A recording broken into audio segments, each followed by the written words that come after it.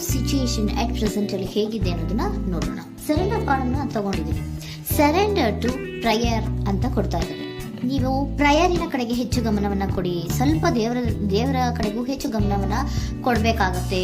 ಯಾವಾಗ ನೀವು ದೇವರನ್ನ ತುಂಬಾ ಹೃದಯದಿಂದ ಪ್ರಾರ್ಥನೆಯನ್ನ ಮಾಡಿ ನನಗೆ ಸಹಾಯವನ್ನ ಮಾಡು ಅಂತ ಕೇಳ್ತಿರೋ ಆಗ ಅದೆಲ್ಲ ಸಮಸ್ಯೆಗಳಿಂದ ನೀವು ಆಚೆ ಬರ್ತೀರಾ.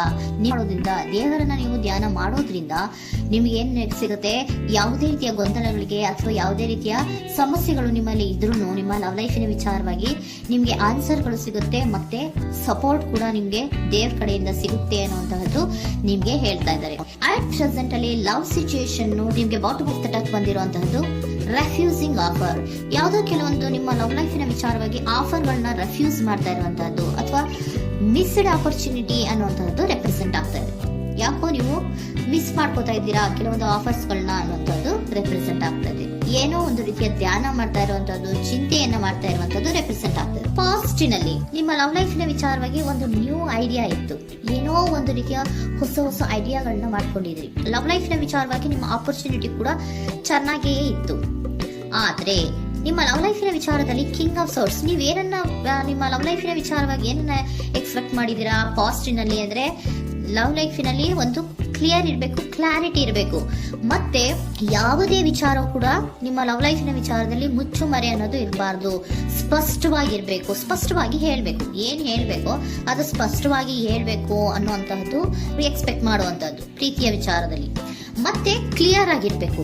ಏನು ಅಂದ್ರೆ ನಿಮ್ಮ ಲವ್ ಲೈಫಿನಲ್ಲಿ ಒಂದು ಸ್ಟ್ರಾಂಗ್ ಆಗಿರ್ಬೇಕು, ಸ್ಟ್ರಾಂಗ್ ಬಾಂಡೇಜ್ ಇರಬೇಕು, ಮತ್ತೆ ಯಾವುದೇ ರೀತಿಯ ಚೈಲ್ಡಿಶ್ ಬಿಹೇವಿಯರ್ ಅನ್ನ ಮಾಡಬಾರ್ದು ಅನ್ನೋದು ಪಾಸ್ಟಿನಲ್ಲಿ ನೀವು ಎಕ್ಸ್ಪೆಕ್ಟ್ ಮಾಡಿರೋಂಥದ್ದು ರೆಪ್ರೆಸೆಂಟ್ ಆಗ್ತಾ ಇದೆ. ನೀವು ಅದೆಲ್ಲ ಎಕ್ಸ್ಪೆಕ್ಟ್ ಮಾಡಿದಾಗ ಯಾವಾಗ ನಿಮ್ಗೆ ಅದು ಸರಿ ಹೋಗಲ್ಲ ಅನಿಸ್ತೋ ಆಗ ನೀವು ಪ್ರೀತಿಯಿಂದ ಮುಂದೆ ಬಂದಿರುವಂತಹದ್ದು ಬಿಟ್ಟು ಮುಂದೆ ಬಂದಿರುವಂತಹದ್ದು ರೆಪ್ರೆಸೆಂಟ್ ಆಗ್ತದೆ.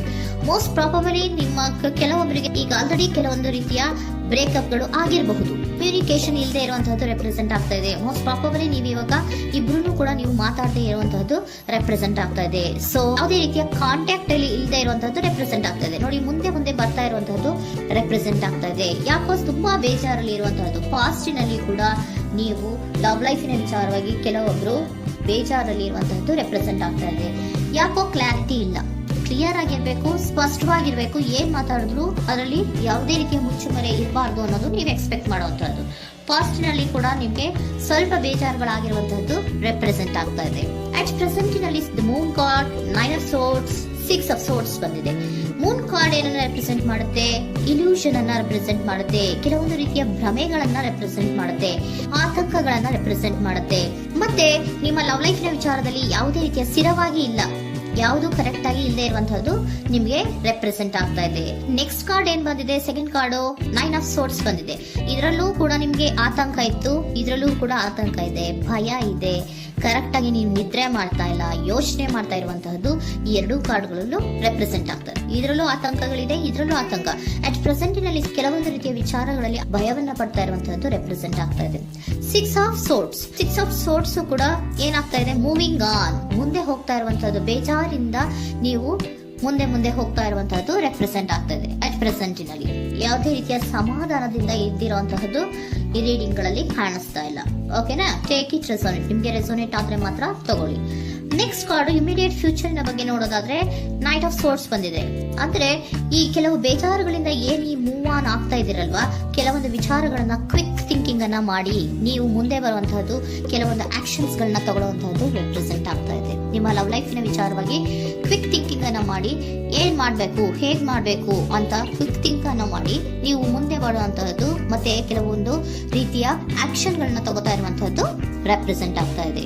ಕ್ವೀನ್ ಆಫ್ ಕಪ್ ಏನನ್ನ ರೆಪ್ರೆಸೆಂಟ್ ಮಾಡುತ್ತೆ? ಬಹಳ ಕೇರಿಂಗ್ ಅನ್ನ ರೆಪ್ರೆಸೆಂಟ್ ಮಾಡುತ್ತೆ. ಏನಿರ್ಬೇಕು ಲವ್ ಲೈಫಿನ ವಿಚಾರದಲ್ಲಿ? ನೋಡಿ, ನೀವು ನೋಡ್ತಾ ಇರೋದು ಹೇಗ್ ನೋಡ್ತಾ ಇದ್ದೀರಾ? ನಿಮ್ಮ ಲವ್ ಲೈಫಿನ ವಿಚಾರದಲ್ಲಿ ಏನಿರ್ಬೇಕು ಅಂತ ಎಕ್ಸ್ಪೆಕ್ಟ್ ಮಾಡ್ತೀರಾ?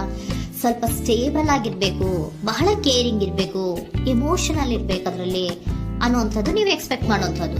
ಈ ನಿಯರ್ ಫ್ಯೂಚರ್ ನಲ್ಲಿ ನೀವು ಆ ರೀತಿ ಎಕ್ಸ್ಪೆಕ್ಟ್ ಮಾಡುವಂತಹದ್ದು. ನೆಕ್ಸ್ಟ್ ಕಾರ್ಡ್ ಬಂದಿರುವಂತಹದ್ದು ಏರೋಫೆಂಟ್ ಕಾರ್ಡ್ ಬಂದಿದೆ. ಏರೋಫೆಂಟ್ ಕಾರ್ಡ್ ಏನನ್ನ ರೆಪ್ರೆಸೆಂಟ್ ಮಾಡುತ್ತೆ? ಕೆಲವೊಂದು ವಿಚಾರಗಳ ಬಗ್ಗೆ ತಿಳ್ಕೊತಾ ಇರುವಂತಹದ್ದು, ಏನೋ ಕೆಲವು ವಿಚಾರಗಳ ಬಗ್ಗೆ, ನಿಮ್ಮ ಲವ್ ಲೈಫಿನ ವಿಚಾರಗಳ ಬಗ್ಗೆ ತಿಳ್ಕೊತಾ ಇದ್ದೀರಾ.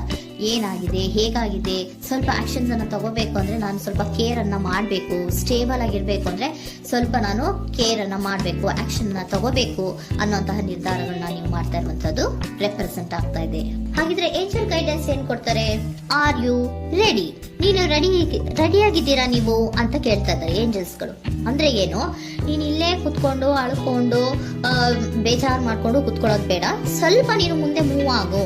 ಅಲ್ಲಿರೋದ್ರಿಂದ ಏನು ಪ್ರಯೋಜನ ಇಲ್ಲ. Are you ready? ನೀವು ರೆಡಿ ಆಗಿದ್ದೀರಾ?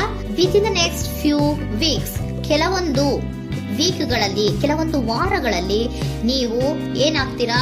ಅಬಂಡೆನ್ಸ್, ಸಾಮರಸ್ಯ ಅನ್ನೋದು ಇರುತ್ತೆ. ಇಂಪ್ರೂವಿಂಗ್ ಹೆಲ್ತ್ ಅಂದ್ರೆ ಏನು, ನೀವು ಯೋಚನೆ ಮಾಡಿ ಮಾಡಿ ಮಾಡಿ ಏನ್ ನೀವು ಈ ಆರೋಗ್ಯವನ್ನ ಹಾಳು ಮಾಡ್ಕೊಂತ ಇದ್ದೀರಾ.